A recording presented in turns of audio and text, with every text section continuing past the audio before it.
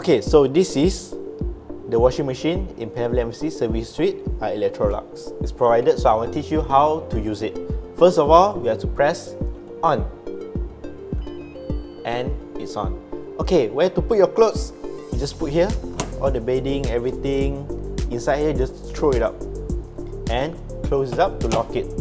If you have to put detergent and also softener, pull this one, fill everything in and close it up. Okay, so this is the area of the function. So they have two sides. You can just turn it on. So just for daily use, just turn to the daily. Then you can press this one, wash, wash, only dry, everything. And this is the temperature where you can control it. So you choose the temperature you want.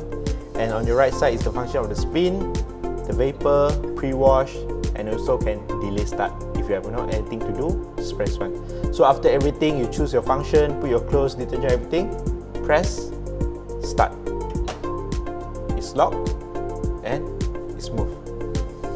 So this is how you use the Electrolux washing machine.